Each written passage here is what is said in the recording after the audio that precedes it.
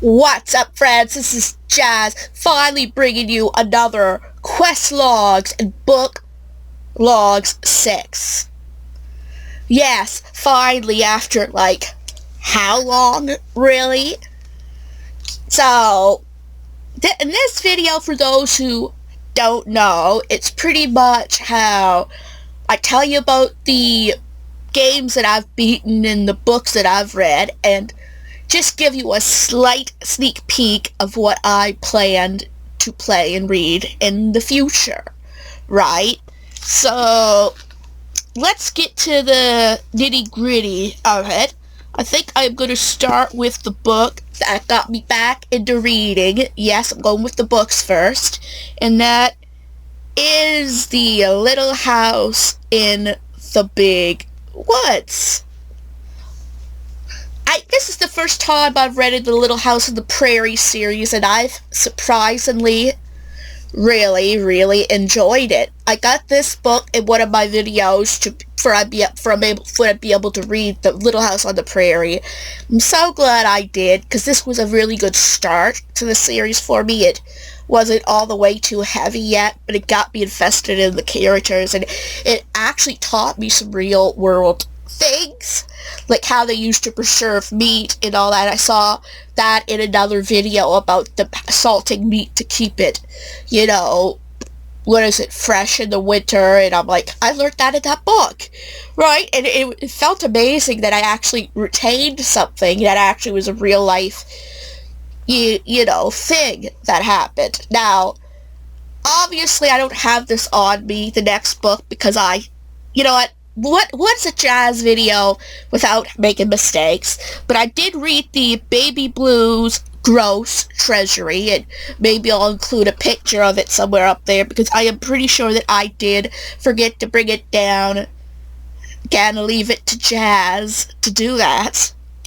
So that was the very first book I read for that video, was the Baby Blues Gross. And then it was The Little House in the Big Woods. But what did I think about Baby Blues Gross? Again, it's a Baby Blues book, and it was actually quite funny. I do like the characters, right? Like, I never read the series from the beginning, but when I got treasuries and that, I would read it, and it was funny enough. I enjoyed it more than the first Baby Blues book that I read. To me, it was a little bit more funny. So, the next book I'm going to go over, A Night in Terror Tower. Guys, what do I have to say about this installment in the Goosebumps series? I actually liked it better than I did as a kid. I always joked that this book was the boring Goosebump book, the one talking about, things in history and all that stuff, and I'm like, and that was always the ongoing joke with me, that I found that I originally thought as a child this book was boring or too complicated, and now I'm at the level, okay, now it sounds pathetic as being 33 years old and finally being at the level. I'm sure I was at that level for a long time, guys, but I just didn't read it until now. But I'm finally past the level where I get the references, that I understand the stakes of it. It actually is interesting to me now at this age. And again, it probably would have been when in my 20s too, but I just never picked it up or even owned the books. I got rid of it as a teen, like, I'm too old for Goosebumps, one of those old, you're too old for it, get rid of something then regret it thing. I finally had a copy on hand to read, and I decided to, bite the bullet. In fact, I read this before one of the books ahead of it, because I just wanted, this was newer to me, and I just wanted to read it.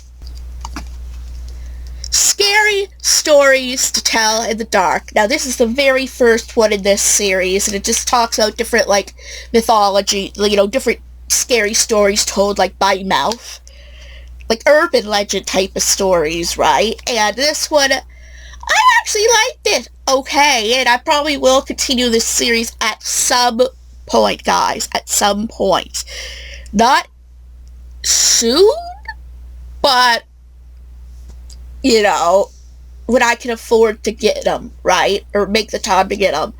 The one thing about this, though, that I am not the biggest fan of, and maybe it was just the timing of me reading it, that part of it, but the stories are all short and simple, but then at the end you get all these different long-winded conversation about what each story came from and the myth about it. And yes, this is an interesting thing, right? It's all interesting stuff, but not when you're out of it and you're used to reading such short to the point stories. Then suddenly this long-winded page pops up.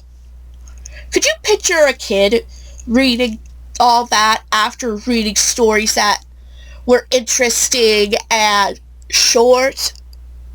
Like, I don't know. I'm not saying, unless they're good readers, I could not see a kid this generation, I'm sorry, but I could not see a kid in this generation actually be interested in the long-winded pages at the end of this book. Because to them, that'd be like doing homework. And I'm not saying, like, when you're in the right frame of mind, right, okay, fine. It's actually really interesting. But after you've finished reading such short stories, and then you go to that, and I know you could argue, well, Jazz, do you have to even read it?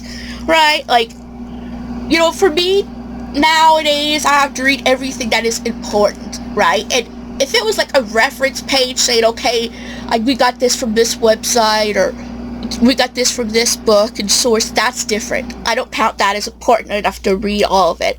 But when it's just extra, to me, that's extra. Like to me, the long-winded pages I said aren't extra enough to count as not reading it. It actually is still part of the book to me.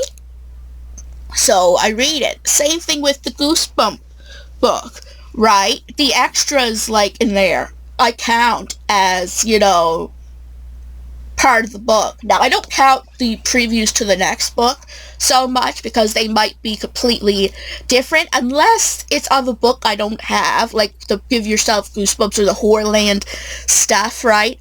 Then, of course, I would read those. But if it's of a book I already have in the original, I don't read that because I don't want to spoil it. But if it's something that is completely different that I don't own, or if it's, you know, extra features and extra dialogue, like, for example, how this book had that background of each story, I had to read that, in my opinion, for it to be complete, right? So, imagine that. I'm just finished reading this, thinking I finished reading it, and it's suddenly this bunch of long-winded, like, are you kidding me? Really? I mean, I could understand also if this stuff was mixed within it, right? If it had a page of had the story, and then the next page talked about the story. Okay, yes, long-winded, but it makes sense. It's telling us, oh, what story we just read was about right after the fact. But showing it all in after you've read all those stories, you're like, I thought I was done with, you know. It's just the placement of it that kind of was off to me. Again, sorry for that long rant about it, but I just... There, Garfield gains weight. This is the second book of the comics that was released, and I love it saying, I never met a lasagna I didn't like. I met quite a few lasagnas I didn't like. I just don't eat lasagna. Sorry, Garfield, but that's just the fact. But I just love, you know, his story, and it's just... I also love the storyline that he lost he couldn't see his feet. Although I still do not like how John is flirting with that doctor. I always kind of found the character of John in somewhat bad taste, because he's kind of one of those, well, not chauvinists necessarily, but he's just kind of those type of guy that doesn't know how to get a no for an answer, right? Like, she's given him plenty of clues she wasn't interested in him. But, oh, this is the first time she's appeared, right? But throughout the series, she's given so much, I think Liz, yes, she's given so many cues that even I could understand that she's not interested in him, but he just keeps pushing it, right? And I do not like guys like that. If someone says no, then they said no. Yes, some people might kind of mean, but no matter what, if someone says no, means they're not interested in you. It might be for shallow reasons, right? Maybe, but if they still say no, that's still, as long as they don't say no, oh, you're flat out ugly, and they don't insult you, that they don't insult you along with the rejection, okay, right? You should still take no for an answer anyway, as the answer anyway, but you shouldn't insult someone when you reject them, but if you reject them, then that's your choice, it's your, life. So the fact that John keeps pushing and pushing with her, it's just kind of an icky feeling. You kind of get what I mean? Even male, I'm talking about male or female. If could be any of the roles, right? But I'm just saying this is particularly icky. But you know what? I love Garfield and I love the other characters. If John has to be a part of it, so be it. And the final thing I read was the complete Peanuts Volume 1. This is 1915 to 1952. My gosh, guys.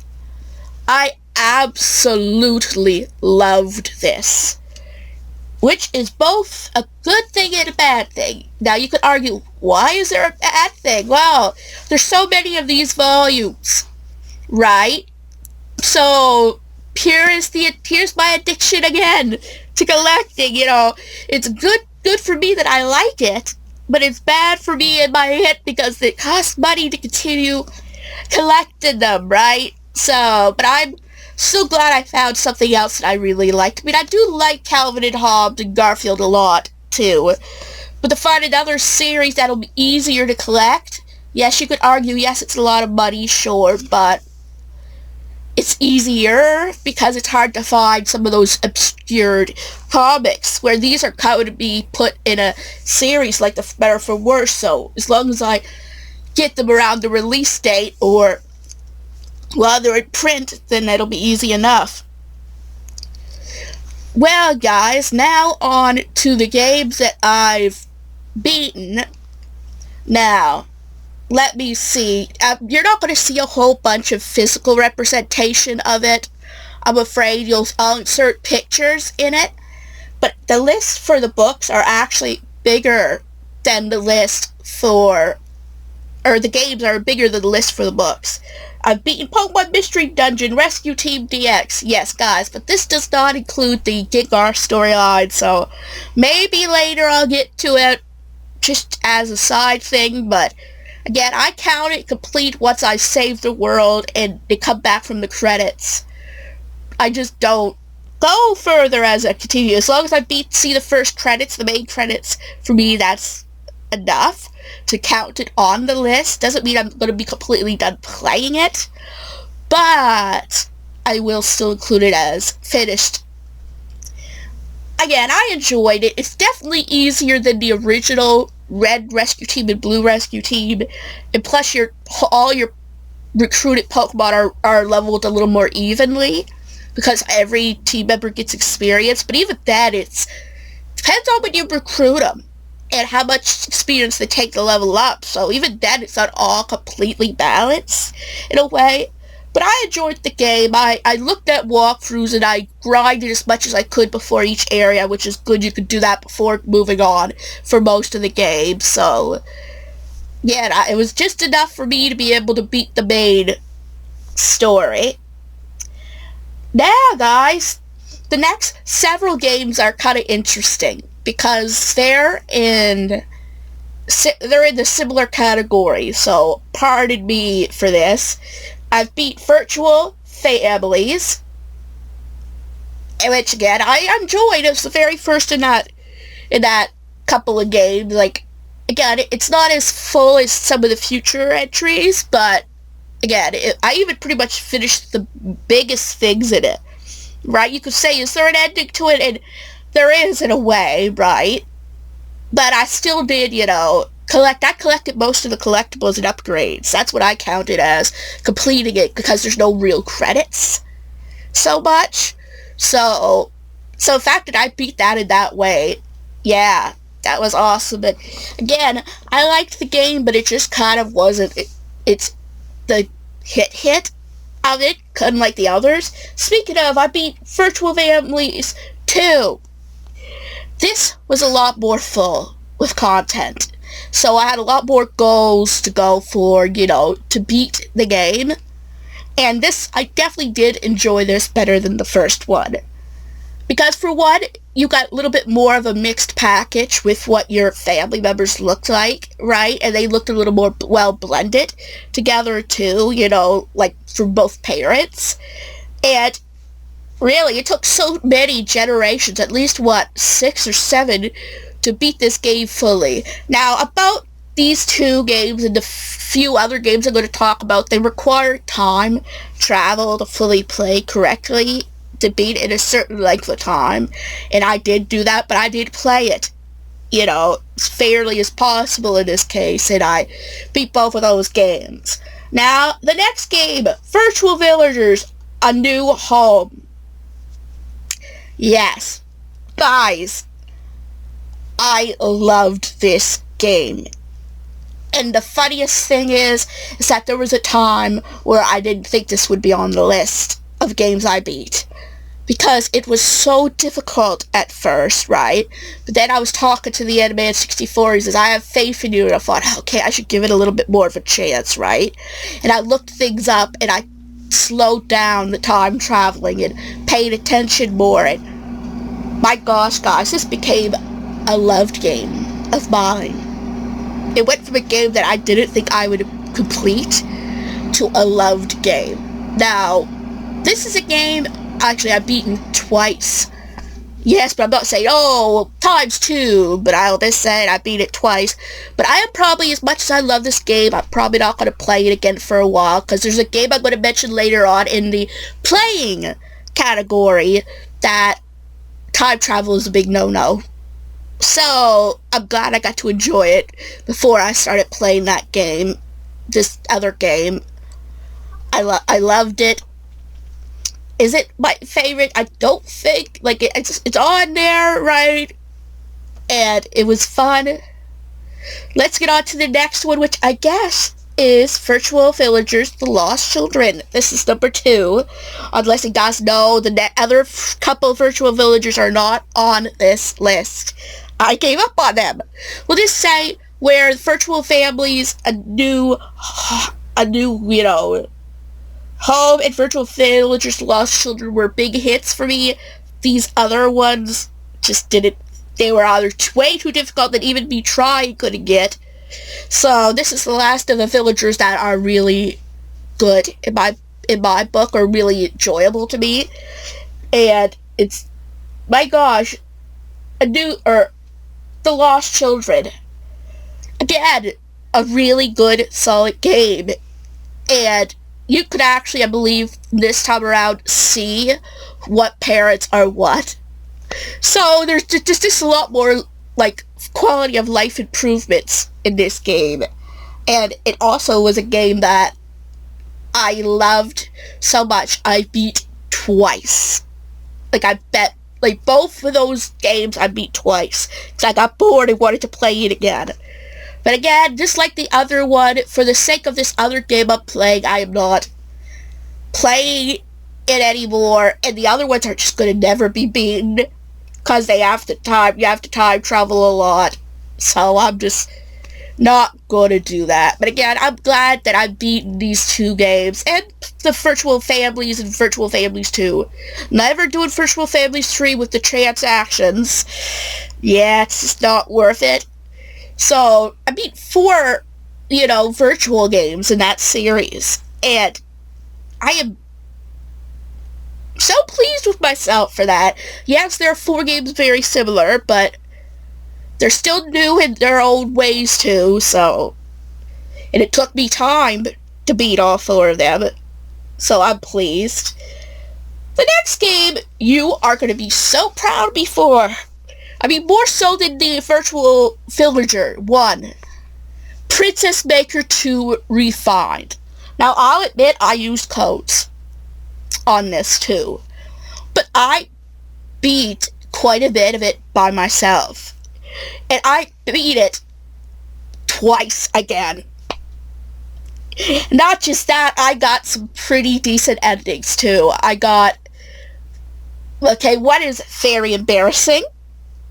Royal Concubine. Yeah.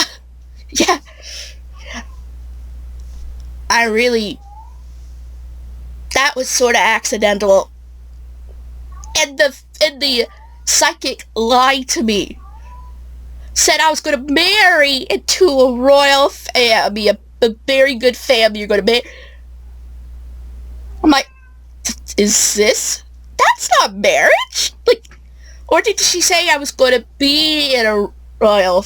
I don't... And what makes that situation worse is that in that scenario, the queen dies. And then when he goes, oh, you stay by my side, but like, the queen just died. I'm like, and the thing is, the queen is such a sweet lady in this game, right? You kind of really like her, like when you talk to her, right? And the fact that you're replacing her, pretty much, except you're not becoming the queen, you're becoming his mistress? Just, to me, it seems in pretty bad taste. Imagine an embarrassing outcome. I'm so glad I was not recording that. Because, my gosh, my reaction was like, are you kidding me? Like, I thought I was far away from a situation like that. But any consolation, the next playthrough I got the royal court magician. So, and this was more planned. That was when I kind of used codes, but there were certain things I couldn't get around without them. For some reason, the game is stupid that way. But I didn't cheat the whole way. I just had to keep some stats similar, you know, when there was no other way around it. I didn't use it to gain multiple stats at once or anything. Just to balance the stats. So I pretty much played this all on my own. Right, in the best way possible. When this was a game, when I say you'll be proud of me, because this was a game that I had so much trouble with before, that I didn't take the time to slow my brain down and play it properly. But again, I did it. And to have this game on the list as beaten in this video, oh, that feels just so good. Now we got Growing Up. This game is, how do I put it? I beat it to the credits, but I could have played it a few more generations, I suppose, but what is enough to see the credits? So I went through my first generation, beat it. I've played far longer before, so I decided this video I would count it. I've beaten it before, but it's counted in this video. Now guys, is this still a favorite game of mine? Somewhat. It has some pretty good story development in it. There are a lot of games very similar to it, right, that might do certain things better. But emotionally, yeah, I like some of the characters okay. And again, I'm sorry guys, I hadn't had the countdown yet for my favorite games, but the problem is there's so many games, you know, that I've grown to really like later on. So it's kind of hard to make this list when it could change so quickly, but I will try to get it by next year if I don't get it for this year. I'm going to be working on some games, playing some games, and maybe some of them are starting to come on my list at this point, but I haven't completed them yet, so I'm just... But again, Growing Up, a good enough game. If you pay attention, right, and learn how to do things, it's not too difficult. It has decent characters in it. Of course, your parents aren't one of them, but... Alright! South Park, The Fractured But whole, guys, yes. I have this on the list, guys. And guess what? You could argue I've beaten it before, but it's never been on any of my, you know, my quest logs and that. And this is the PC version. Yes, I know. The game I could never play for a long time because of my old PC. I was able to install it, play it to the very end of it. Did I beat Morgan Freeman? No. I decided not to count that as a criteria. It's after the credits, right? But it's so funny how I forgot how long this game was. The game seems so short when in old memories served me. And then suddenly I'm like, wait, are we not even a quarter way done? Guys, do I still really like this game? Hell yeah, I do. But when you think about it, it is so darn long that you sometimes forget, okay, like what part am I in? What level should I be? Holy crap, this is harder than I remembered. You know, just different scenarios like that, right? Like, up until recently, up until halfway of this game, I thought, oh, Classy was the absolute hardest it'll get. Not Classy, the Butte, you know, and then, like, nope. I mean, okay, yes, it was very difficult, right? But then there's parts like the, N-word guy, you know, the police station, the Cousin Kyle. I'm talking about the giant one, right? But then again, even he wasn't as hard as the police station final boss, right? So there's just so many in here, like the Woodland Critter Christmas guys, and battling against yourself from the beginning of the game. There's just so many parts in this game that go boom, boom, boom, boom, right? And it's not even that they're hard necessarily. It's just there's certain ways you have to meet the end goal. Like you have to use the you have to serve the final boss in the cop station white individuals, right? And you have to make sure you don't have all your characters killed, and you have to find other ways besides just putting cops in there to defeat him, because they know how to stay out of the range of it. So you have to really think what you're doing in that battle particularly. So that's the thing, you have to use a lot of your brain. But I really enjoyed the game. I was so pleased that I beat it and added it to the list, and finally I've actually was able to play this game on that I bought way before the Switch version. Yeah, finally. But what, 10 years later, 9 years later, I'm able to play it. I meant what I bought. I meant. And then this last game on this list is a unique one. It is a ROM hack. Yes, I know, I'm counting it, but it was so much fun I had to say it. And it is called This Gym of Mine. Guys, you know, you wouldn't believe how much fun this game is for a ROM hack. It has such a unique premise of you being the gym leader and you doing all these things to improve the town. And guys, really, I hope the game is still up when I'm saying this, because there's so many people advertising this game, playing it, and know how Nintendo is. Guys, this is such a unique premise for a game, and it's so well done that I would highly recommend this to anyone. One interesting thing about it is that the wild Pokemon's level is scaled with yours. So if you level up a lot, the level Pokemon to put one in the wild will be at least at that level or a few levels higher.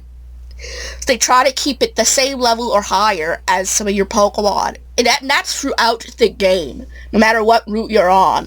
And another funny thing is, after you gained a few ranks as a gym leader, you'll be able to battle this Blissey trainer. And you'll keep battling her all you want and gain levels like crazy. And they start level 50. And you think, oh, wouldn't that be hard with your low-level Pokemon? They make it so Blissey can't even do damage to you. And it makes it easy to defeat the Blissey, even if you were like level 2 or 3, as long as you had an attack. She's even holding a toxic orb, for she'll get damage. So it's so much fun. like to play, and the final secret boss. So much fun too. I recommend it, guys. I don't know if I have many pictures of this, but I'll try to find some pictures. Yes, you could argue, oh, your gym of minds, that means you only have one type. In a sense of the word, I forgot to say, sense of the word, yes, but you can have up to 2 types that aren't your type, but they have to be able to learn your TM for the gym. So you could have, like, for example, on my dark team, I was able to have a Crobat on the team, and I believe I had a Gyarados on there, too.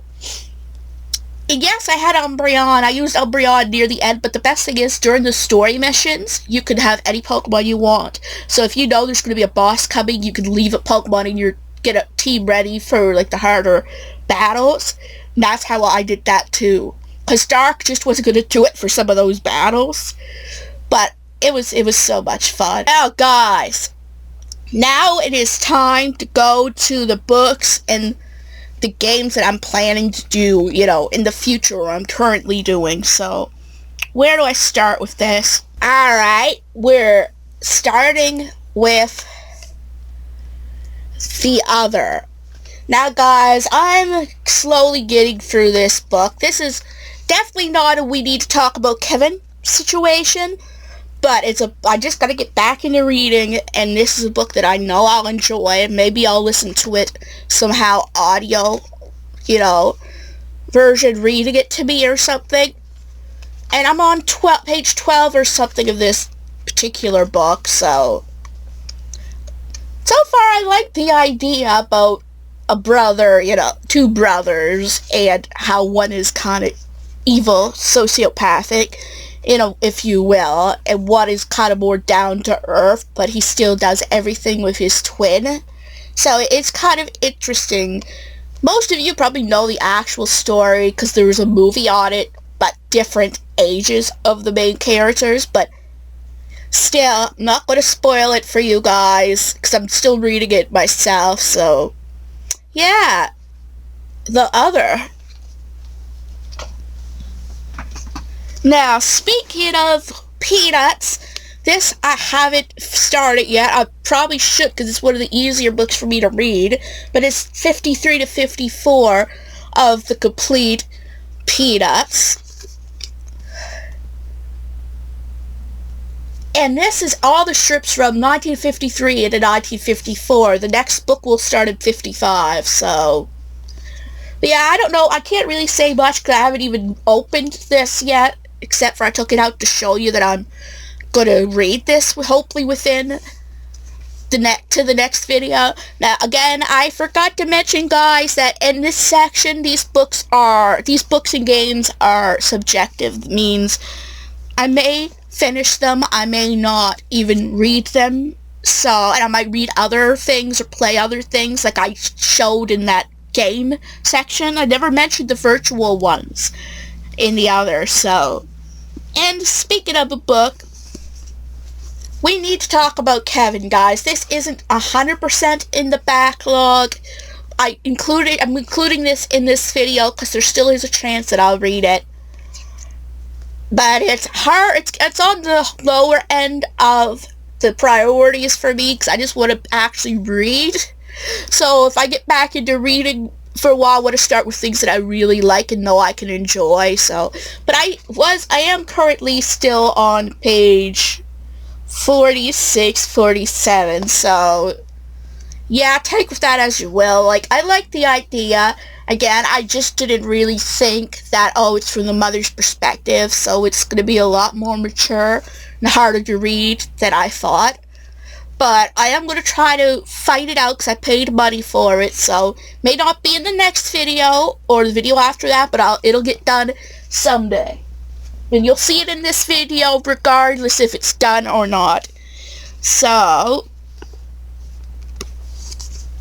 Harry Potter and the Cursed Child. Now, guys, I've gotten to page 9 of this. I'm reading it, as I don't know if I even added it to my last video, but at least I'm in more of a starting position of this. This book is easier than The Other, right? So I am going to have to probably try to get into reading more of this because there's not much of an excuse for me not to. Because unlike the other Harry Potter books, this is a little more simplified, so... But I'm enjoying it so far. I'm still at King's Cross, and and Ron is being corny. You know, he's now working, I believe, with George at the joke shop. So he's the weird uncle. Apparently, I got to that point where she's talking to Lily and making jokes, and Hermione's like, I wouldn't call him that, you know. So hopefully I'll be able to enjoy the banter in this book. And speaking of books that are a little complicated, yeah, the Golden Compass, that's still on my reading. I'm on 92 of it, and I'm getting there. In some ways, it's a little easier than it was when I started. So, you know, I shouldn't have an excuse to not at least get halfway in this book. Like, it's one of those situations where I'm learning a lot of new world building. But unlike, you know, for example, the Chronicles of Prydain, this seems to have a lot more political banter to me, and it seems a little bit more complicated to pick up. I don't know why. You would think that it wouldn't be that complicated, especially with a child being the main character, but yeah, no. It's in a certain time period that makes it kind of, the child is a little bit more mature in some ways, and was raised a certain way, so her understanding might be a little higher than maybe what her age should be nowadays. So yeah, but it's a book that I shouldn't... I mean, I know I only paid like $1.99, so unlike We Need to Talk About Kevin, it's a little bit more subjective. But this book is easier, even then, than We Need to Talk About Kevin, so if I'm going to try to force myself to read that, I should at least get more than halfway in this, and then decide, okay, was it worth picking up, right? So hopefully I'll at least make progress by the next video in this book, if not more than finishing it. But I'm enjoying some aspects of it now. I am starting to get to like the character of Lyra, and now she's away with Audrey's. Yeah, I know it was a while since I've read it. You know, Miss Coulter, right? Miss Coulter. So she started living with Miss Coulter, and they're now at this party she's holding. So. Or what do they call it, a cocktail party or something along that line, and she was just talking to this reporter about it, which, getting into some trouble there. Alright. Little House on the Prairie. Guys, I am looking forward to digging into this book now. Especially after enjoying the other one so much. And this one is like page 306. Wow, that's a lot. But it's not like, oh no, it's 329. I'm going there and seeing how much is in the end. 332. 335. So 335 pages. That is a lot. Right? But it still is, you know, something different for me. And this again was $1.99. So some of these books that I've been getting there at Value Village, really good books for such cheap prices. And I mean, it costs so much more for getting the Little House in the Big Woods. But you know what? I get to enjoy this one fully now.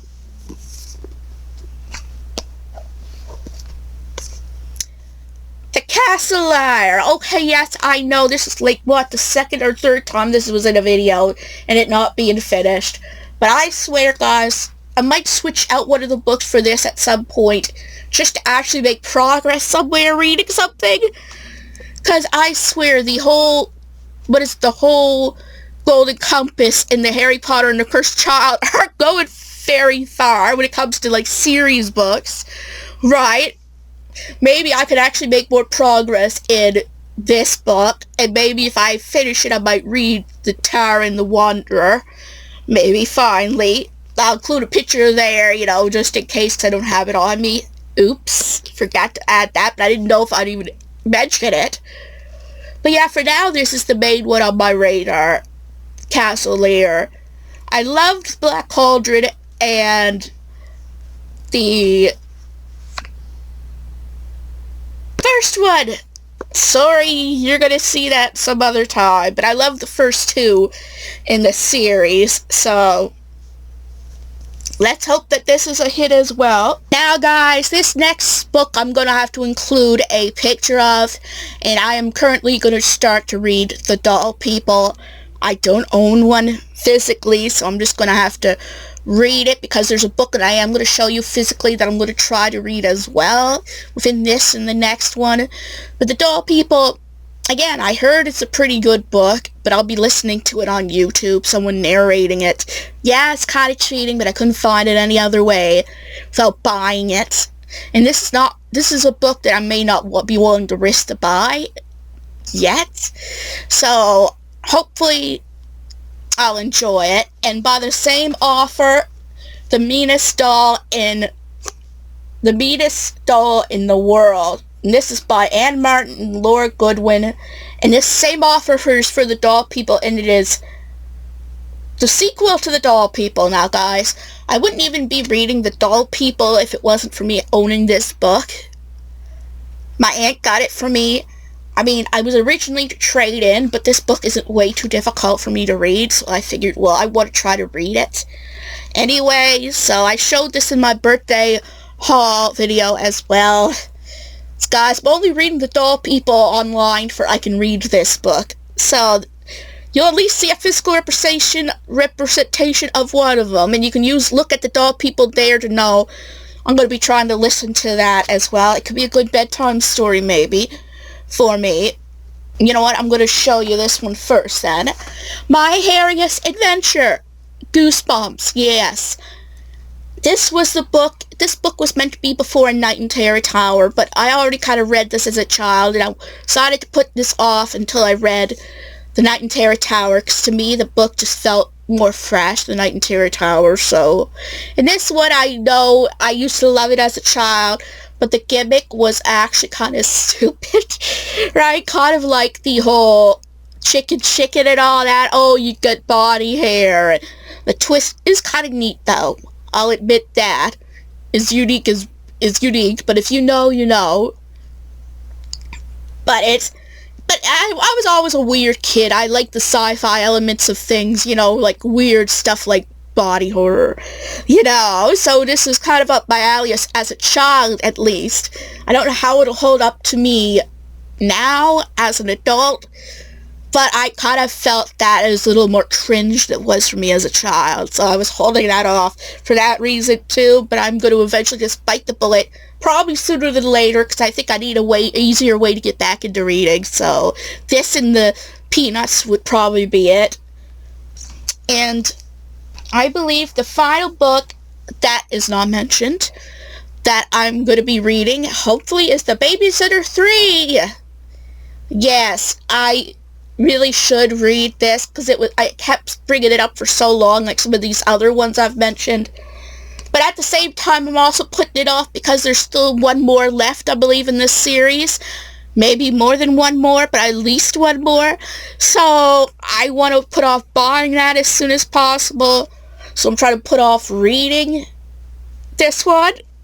But eventually, again, this isn't a hard book. So it's a book that I probably could read to ease myself back into making progress in reading. So there's really not much of an excuse for me, you know, to not read it.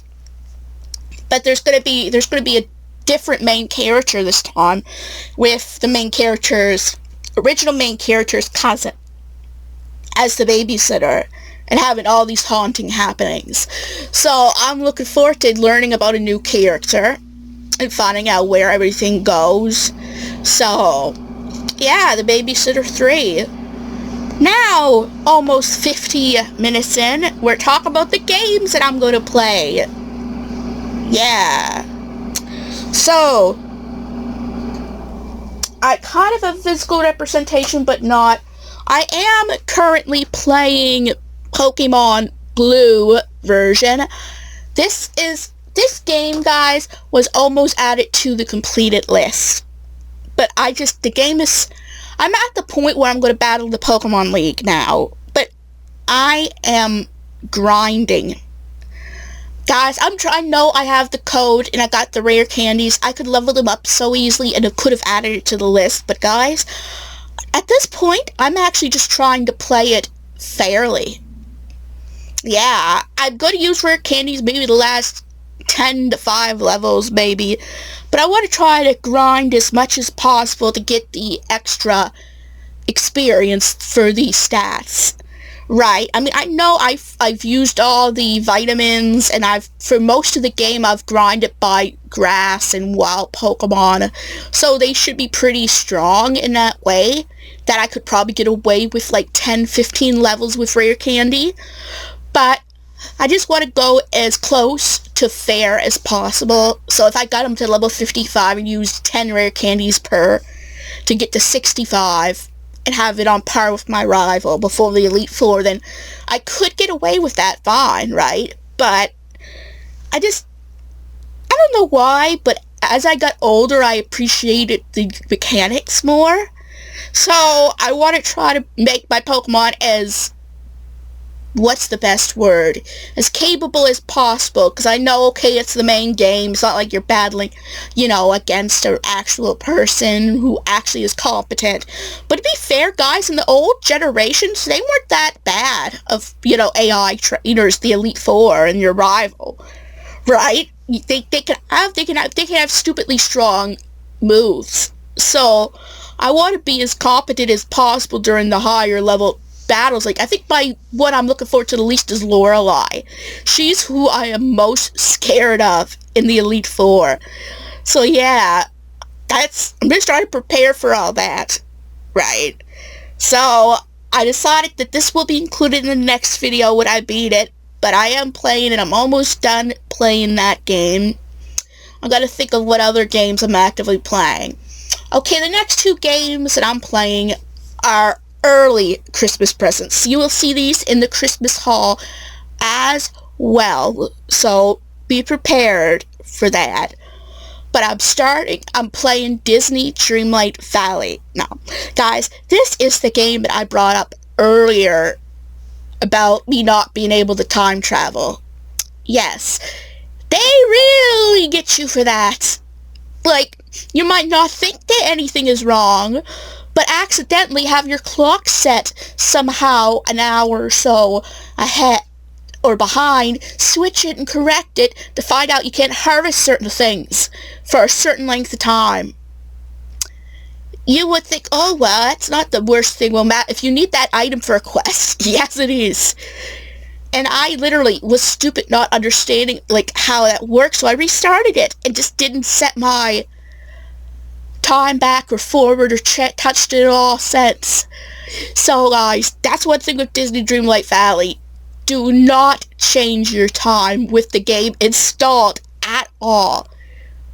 At all. Even if you try switching back, it punishes you for it. It knows. So just don't. I learned that the hard way. But I'm done better in this new file, so good for me. Now, I don't know if this has an end credit, but I am playing it, so I'm bringing it up, and hopefully someday you'll see that I've completed enough for myself, right? I'm loving this game. Well, let's put it this way. My cousin's like, you have to get Disney Dreamlight Valley. You have to get Disney Dreamlight Valley. You will love Disney Dreamlight Valley. Great for me. Not so good for my aunt or her when I tell her, yeah, my aunt's gonna pound you. I mean, 50-something bucks for it. And I got the DLC to A Rift in Time. But she's like, yeah. I'm like, yeah, you're great. You got your way. You convinced me. Try ignoring that stare of my aunt. Right? Okay, honestly, I'm joking about that. but I always make the joke that people kind of know how to convince me, oh, you'll like this, oh, I'll become obsessed with something because of someone else, right? That's what the joke pretty much is. I barely even thought of it, only really when she talked about it. And it wasn't until just the last couple of months, a month and a half, that I really was seriously consider getting it. Because of how much she said, oh, you'll love it, oh, you'll love it. Like, she almost talked about it the whole time. It's like, you know, when someone is advertising or marketing something to you, and it keeps being brought up, and then it's, you know, right in your head. Yeah, that's kind of how it was like with this game. But you know what? Again, for her credit, I love it. Again, that's another reason this whole countdown of my favorite game videos are keep being put off. Because this might easily be on it, right? Where I wouldn't even thought about it before. Alright, guys. The next game that I'm getting I got early for Christmas is a very strange game that you guys would be very surprised that I actually picked up and I'm enjoying it. Persona 4 Golden. Yeah, guys. Trying to beat that. Again, to the credits, not perfecting it by any means. And I'll admit I'm using codes to a degree with both Dreamlight Valley and this game. But I'm loving the story so far. I don't know how I got convinced to get that, but it was cheap enough compared to Disney Dreamlight Valley. It was like only $29, $30 where I'm from. So I'm like, you know what? I'll pick that as one of my other earlier things. I've watched a lot of videos on it. I love the characters in it. Strange enough, I've watched other games, like the Persona games, and it seems like 4 seems to be the one that resonates with me. I've watched some of 5, some of 3. I didn't watch the earlier ones than that, but out of those 3 games, it is Persona 4 that just seems to resonate with me. And I don't know why. I guess that's the case for a lot of people. A lot of people say 5 is good too, and they love 5 as well. But Persona 4 also just seemed to be one of the games that resonated with them, and I can see why. I mean, I have played fairly for a lot of the game too. I've played a couple of files, and my gosh, it's pretty easy at first to play without codes at all, almost, right? And then you get all the way to near the final bosses, and I didn't beat it. I'm restarting it using a guide because I've been playing it wrong too. Apparently, I barely got any social links up. Again, that's jazz. Doesn't often think of the social implications of things, which Persona 4 is supposed to be a game you do, right? So I'm learning how to balance the time in the game, but I'm still really enjoying it. It's like when I actually have cutscenes with the characters, you kind of, you kind of connect with them. The problem with me is that I have to get there. Because when I don't get there and I don't have any reason to pay attention, I don't. But when a cutscene comes on, then I am paying attention naturally, right? But when I don't have to go into a cutscene and I want to go battle, battle, battle, that's pretty much what I do. So that's the thing with me. I have to learn to stop and, okay, what should I do? Okay, maybe I should talk to this person today, right? Like, in this game, in some ways, it's teaching me that.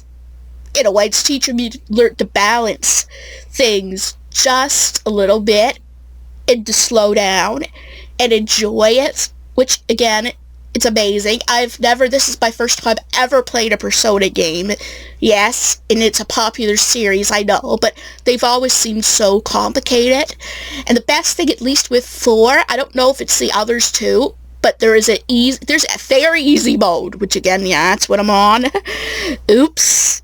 And I'm still having trouble with it, but the point is I'm still able to play it.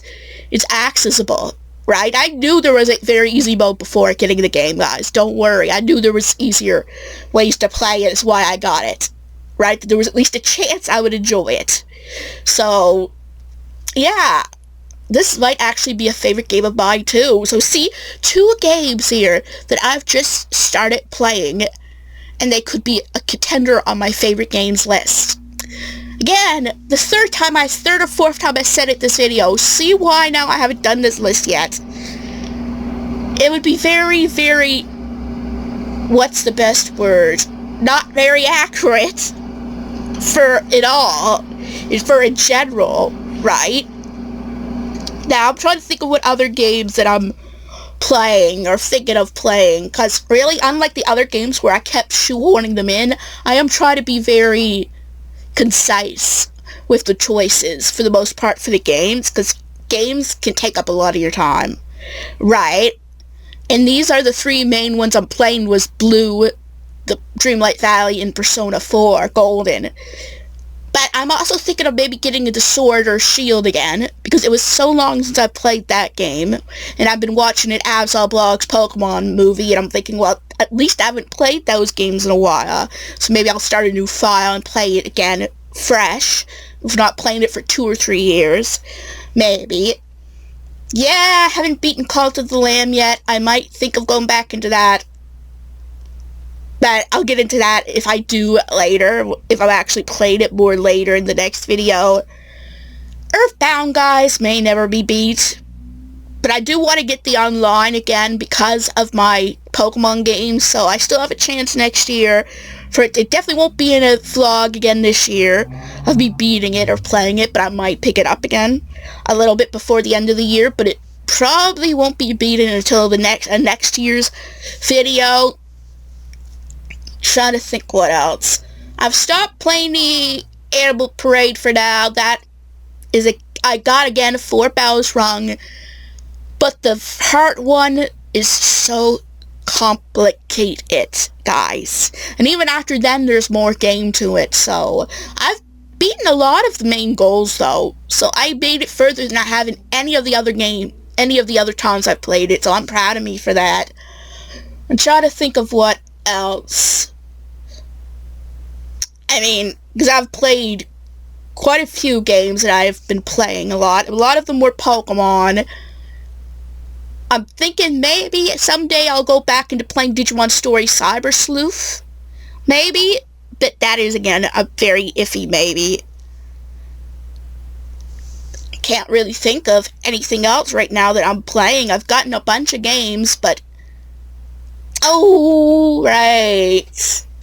I also did beat episode 1. I forgot to mention this. I apologize. Of Life is Strange 2. I beat episode 1. And I am currently in the process of beating Life is Strange 2, the other ones. Yeah. That ain't going well. And I don't understand why, honestly.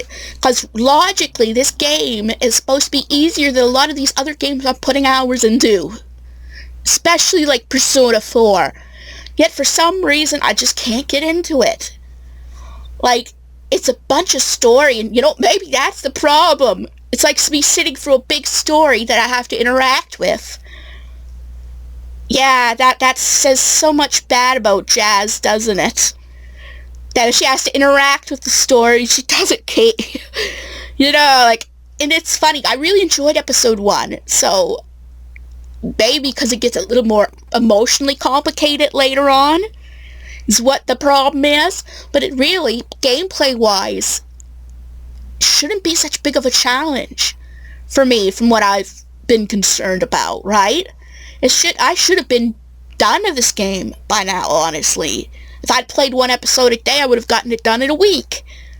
Again, probably an ADD thing, maybe. Again, not completely confirming I have it, but by this point, there's really no doubt. But, I don't know.